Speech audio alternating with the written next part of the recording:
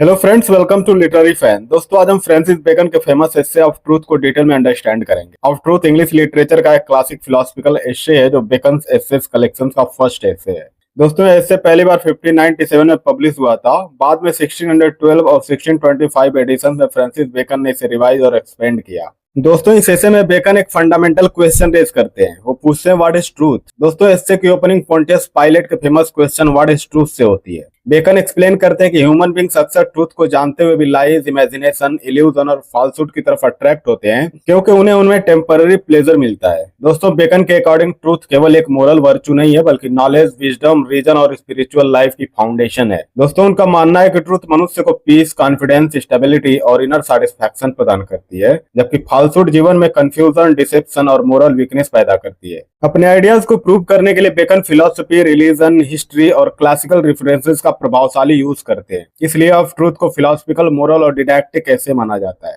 दोस्तों, यदि आप TGT, PGT, LT grade, UGC net, CUET, PG या किसी भी इंग्लिश लिटरेचर एग्जाम की प्रिपरेशन कर रहे हैं तो इससे आपके लिए बहुत ही ज्यादा इंपॉर्टेंट है। So let's begin our journey to understand why Francis Bacon considered truth the highest virtue of human life। तो दोस्तों, इससे पहले कि इस हिस्से को स्टार्ट करें, आइए उससे पहले देख लेते हैं इस हिस्से के मेन की फैक्ट्स को। दोस्तों, इसके ऑथर है फ्रांसिस बेकन। इसका जोनर है फिलोसफिकल एस्से, डिडैक्टिक एस्से या मोरल एस्से।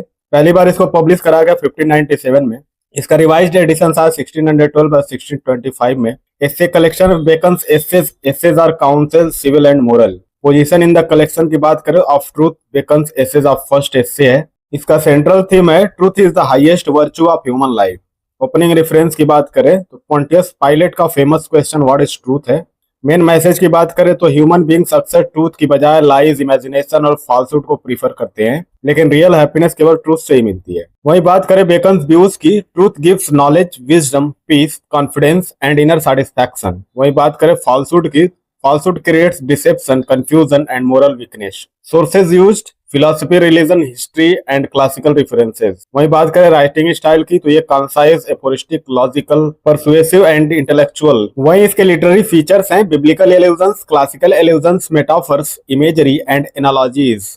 दोस्तों, ऐसे की ओपनिंग पोंटियस पायलट के famous question what is truth से होती है। पोंटियस पायलट वह रोमन गवर्नर था जिसने जीसस क्राइस्ट का ट्रायल लिया था। जब उसने यह क्वेश्चन पूछा व्हाट इज ट्रूथ तो उसने आंसर जानने की कोशिश भी नहीं की। बेकन लिखते हैं कि and would not stay for an answer. दोस्तों, बेकन के अकॉर्डिंग यह एटीट्यूड उन लोगों का सिंबल है जो ट्रूथ की इंपॉर्टेंस को सीरियसली एक्सेप्ट नहीं करते। वे क्वेश्चन तो पूछते हैं लेकिन रियल नॉलेज या जेन्युइन ट्रूथ को डिस्कवर करने की इच्छा नहीं रखते। दोस्तों, इसके बाद बेकन बताते हैं कि कुछ लोग ट्रूथ को इसलिए रिजेक्ट करते हैं क्योंकि ट्रूथ डिसिप्लिन, रिस्पॉन्सिबिलिटी और ऑनेस्टी का डिमांड करती है। दूसरी ओर लाइज, इमेजिनेशन और फॉल्स बिलीफ्स उन्हें अधिक अट्रैक्टिव लगते हैं क्योंकि वे टेम्पररी प्लेजर और एक्साइटमेंट देते हैं। दोस्तों, बेकन का क्लियर मैसेज है कि ट्रूथ को केवल डिस्कस करना पर्याप्त नहीं है। ट्रूथ को सिंसियरली सर्च करना, एक्सेप्ट करना और फॉलो करना रियल विजडम की पहचान है।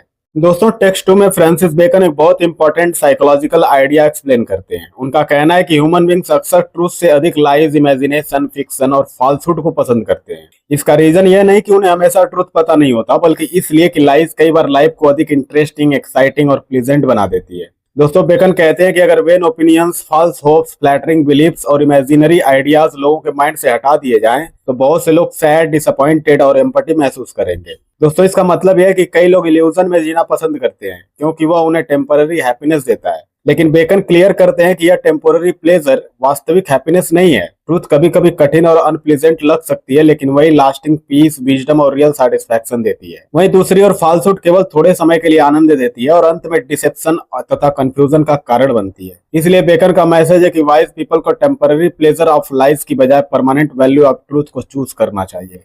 दोस्तों, इस पार्ट में फ्रांसिस बेकन बताते हैं कि ट्रूथ केवल एक मोरल क्वालिटी नहीं बल्कि ह्यूमन लाइफ का सबसे बड़ा ब्लेसिंग है। उनके अकॉर्डिंग जिस व्यक्ति का माइंड ट्रूथ पर आधारित होता है उसका जीवन पीसफुल, स्टेबल और स्पिरिचुअली स्ट्रांग बन जाता है। दोस्तों, बेकन कहते हैं it is heaven upon earth. मतलब यदि मनुष्य का माइंड चैरिटी यानी कि काइंडनेस से प्रेरित हो तो प्रोविडेंस यानी कि गॉड्स डिवाइन केयर पर विश्वास रखे और उसका जीवन ट्रूथ के प्रिंसिपल्स पर आधारित हो तो वही पृथ्वी पर हेवनली लाइफ का अनुभव करता है। दोस्तों, यहाँ द पोल्स ऑफ ट्रूथ का मतलब है कि जैसे पृथ्वी अपने पोल्स के चारों ओर स्थिर रहती है उसी प्रकार ह्यूमन लाइफ को भी ट्रूथ के इर्द गिर्द घूमना चाहिए। ट्रूथ मनुष्य को डायरेक्शन, बैलेंस और इनर पीस प्रदान करती है। दोस्तों, बेकन का मैसेज है कि रियल हैप्पीनेस किसी वेल्थ, पावर या टेम्पररी सक्सेस में नहीं बल्कि ट्रूथफुल लाइफ, काइंडनेस और फेथ इन गॉड में निहित है। दोस्तों इस पार्ट में फ्रांसिस बेकन ट्रूथ को गॉड क्रिएशन और डिवाइन लाइट से जोड़ते हैं। बेकन के अकॉर्डिंग गॉड ने सृष्टि की शुरुआत लाइट से की। दोस्तों यह लाइट ऑफ द सेंस थी, मतलब वो प्रकाश जिससे मनुष्य अपनी फिजिकल सेंसेस के माध्यम से संसार को देख और समझ सकता है।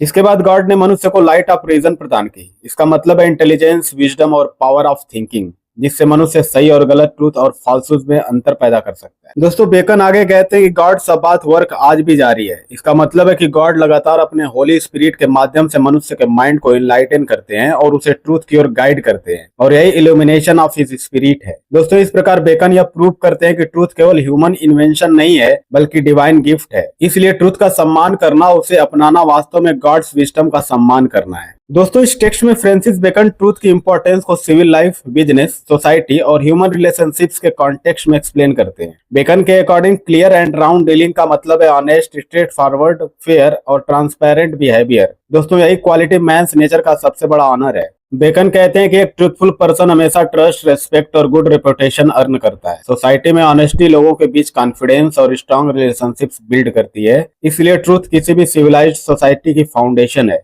इसके बाद बेकन एक पावरफुल मेटाफर का यूज करते हैं। वे फॉल्सूट की तुलना गोल्ड और सिल्वर के कॉइन्स में मिलाए गए एलॉय से करते हैं। दोस्तों एलॉय धातु को थोड़ा अधिक वर्केबल बना सकता है, लेकिन उसकी प्योरिटी, वैल्यू और ओरिजिनल वर्थ को कम कर देता है। इसी प्रकार लाइज कभी कभी किसी व्यक्ति को टेम्पररी प्रॉफिट, क्विक सक्सेस या शॉर्ट टर्म एडवांटेज दिला सकती है, लेकिन वे उसके कैरेक्टर, डिग्निटी और मोरल वैल्यू को धीरे धीरे कमजोर कर देती है। इसलिए फॉल्सूट व्यक्ति की क्रेडिबिलिटी और रेपुटेशन दोनों को नुकसान पहुंचाती है। दोस्तों बेकन का क्लियर मैसेज है कि ऑनेस्टी और ट्रूथफुलनेस ही लास्टिंग सक्सेस, रियल ऑनर और पीसफुल लाइफ का आधार है। टेम्पररी गेन के लिए फॉल्सूट का सहारा लेना अंत में व्यक्ति के लिए हानिकारक सिद्ध होता है।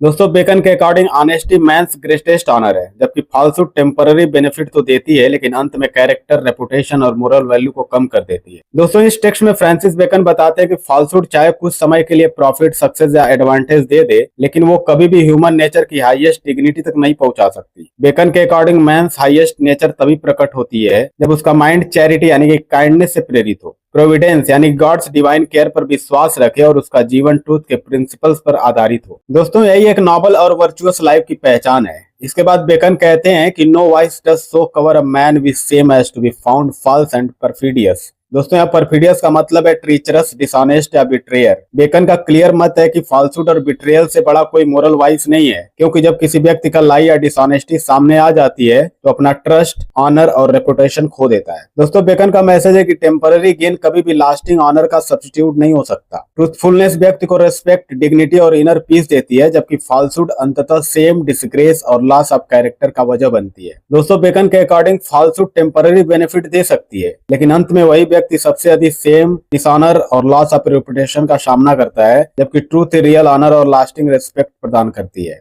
दोस्तों इस टेक्स्ट में फ्रांसिस बेकन एक गहरी साइकोलॉजिकल और मोरल ट्रूथ को एक्सप्लेन करते हैं। बेकन कहते हैं कि कुछ लोग लाइज का यूज केवल प्रॉफिट या एडवांटेज के लिए नहीं करते, बल्कि उन्हें फॉल्सूट स्वयं ही अट्रैक्टिव लगती है। इसे वे अननेचुरल दो corrupt love of the lie itself कहते हैं।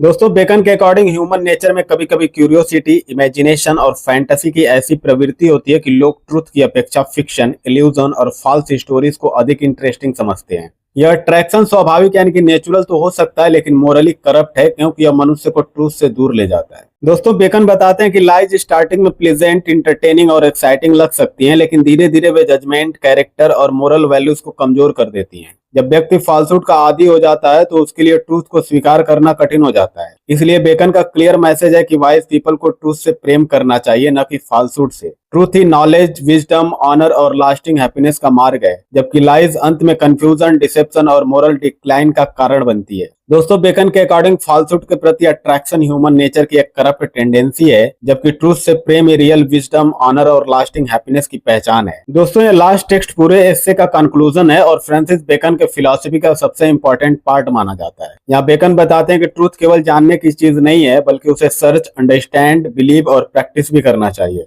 दोस्तों बेकन ट्रूथ के 3 स्टेजेस एक्सप्लेन करते हैं। पहला इंक्वायरी ऑफ ट्रूथ, मतलब ट्रूथ की सर्च करना। दोस्तों ये लव मेकिंग और वूइंग ऑफ ट्रूथ है, यानी सच्चाई को सिंसियरली खोजने की इच्छा।